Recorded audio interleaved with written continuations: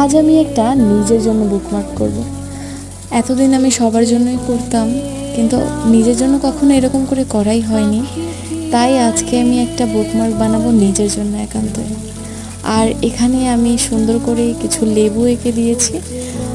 আসলে আমার এই রকমের আঁকাগুলো খুবই ভালো লাগে। সিমসামের মধ্যে যদি কিছু হয় সেটা আমার আসলেই খুবই দারুণ লাগে। আর যেহেতু বইয়ের ভিতরে থাকবে এটা, তো চিন্তা করলাম যে এইরকমের একটা হয়তো বা আর্ট করলে ভালো লাগবে।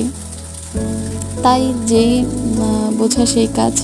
আর আর আঁকতে আমার কেন জানি না অনেক ভালো লাগে। আপনাদের কার কেমন লাগে কমেন্ট করে জানিয়ে দেবেন।